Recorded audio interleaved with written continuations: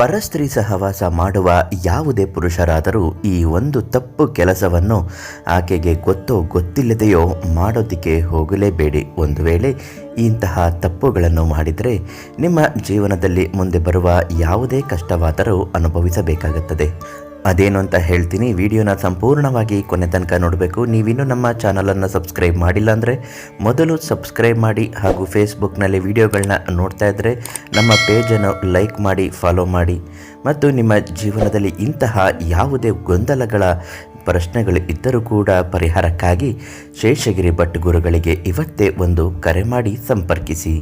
ಮನುಷ್ಯನ ಜೀವನದಲ್ಲಿ ತಪ್ಪು ಮಾಡುವುದು ಸಹಜವೇ ಆಗಿರುತ್ತೆ, ಆದರೆ ಆ ತಪ್ಪನ್ನು ತಿದ್ದಿ ನಡೆಯುವುದು ಮನುಜನ ಗುಣವಾಗಿರುತ್ತೆ.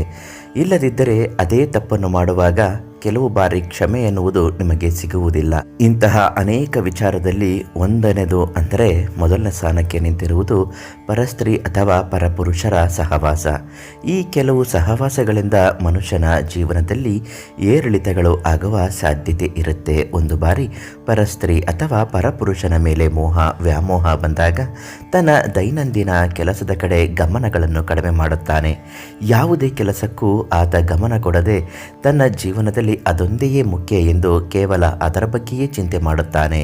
ಮನೆ ಕೆಲಸ ಆಗಿರಬಹುದು, ಹೊರಗಡೆ ಕೆಲಸ ಆಗಿರಬಹುದು, ಮತ್ತು ಜೀವನದಲ್ಲಿ ನಡೆಯುವಂತಹ ಆಗು ಹೋಗುಗಳ ಬಗ್ಗೆ ಅರಿವೇ ಇಲ್ಲದೆ ಮಂಕಾಗಿರುವ ಸಾಧ್ಯತೆ ಇರುತ್ತದೆ.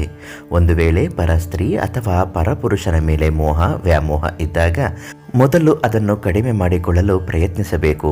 ಒಂದು ವೇಳೆ ಆಗದೇ ಇಲ್ಲ, ಅವರೇ ನಮಗೆ ಶ್ರೇಷ್ಠ, ಅವರ ಜೊತೆಯಲ್ಲೇ ನಾವು ಮಾತಾಡಬೇಕು, ಅವ್ರ ಜೊತೆಯಲ್ಲೇ ನಮ್ಮ ಕಷ್ಟ ಸುಖಗಳನ್ನ ಹೇಳ್ಕೊಳ್ಬೇಕು, ಹಂಚ್ಕೊಳ್ಬೇಕು ಅಂತ ಇದ್ದಾಗ ಖಂಡಿತವಾಗಿಯೂ ನೀವು ಅವರ ಜೊತೆಯಲ್ಲಿ ಹೇಳಲೇಬೇಕು. ನಿಮ್ಮ ಮನಸ್ಸಿನ ಭಾವನೆಗಳನ್ನು ವ್ಯಕ್ತಪಡಿಸಲೇಬೇಕು. ಅದು ಸರಿಯಾಗಿರಬಹುದು, ತಪ್ಪಾಗಿರಬಹುದು. ಒಂದು ಬಾರಿ ನಿಮ್ಮ ಮನಸ್ಸಿನ ಭಾವನೆಗಳನ್ನು ವ್ಯಕ್ತಪಡಿಸಿದಾಗ ಅದು ಬಂದಂತಹ ಫಲಿತಾಂಶದಿಂದ ನಿಮ್ಮ ಮುಂದಿನ ಜೀವನದಲ್ಲಿ ಯಾವುದೇ ಕಾರ್ಯಗಳು ಅಡೆತಡೆ ಇಲ್ಲದೆ ಸಾಗುತ್ತದೆ. ಮನಸ್ಸಿನ ಭಾರವನ್ನು ಕಡಿಮೆ ಮಾಡಿಕೊಳ್ಳಬೇಕು. ಕೆಲವು ಬಾರಿ ನಿಮ್ಮ ಆಸೆಗಳು ಈಡೇರಬಹುದು, ಅಥವಾ ಕೆಲವು ಬಾರಿ ಈಡೇರದೇ ಇರಬಹುದು. ಎಲ್ಲದಕ್ಕೂ ಪರಿಹಾರ ಅನ್ನುವುದು ಇದ್ದೇ ಇರುತ್ತೆ. ಅದಕ್ಕಾಗಿ ಶೇಷಗಿರಿ ಭಟ್ ಗುರುಗಳಿಗೆ ಇವತ್ತೇ ಕರೆ ಮಾಡಿ ನಿಮ್ಮ ಸಮಸ್ಯೆಗಳು ಎಂಥದ್ದೇ ಕಠಿಣವಾಗಿರಲಿ, ಕಷ್ಟವೇ ಆಗಿರಲಿ, ತಪ್ಪೇ ಆಗಿರಲಿ, ಸರಿಯೇ ಇರಲಿ, ಸರಿಯಾದ ಸೂಕ್ತ ಮಾರ್ಗದರ್ಶನವನ್ನು ನೀಡ್ತಾರೆ. ನಾಳೆ ಮತ್ತೊಂದು ಮಾಹಿತಿಯೊಂದಿಗೆ ನಿಮ್ಮನ್ನು ಭೇಟಿ ಮಾಡ್ತೀನಿ. ಧನ್ಯವಾದಗಳು.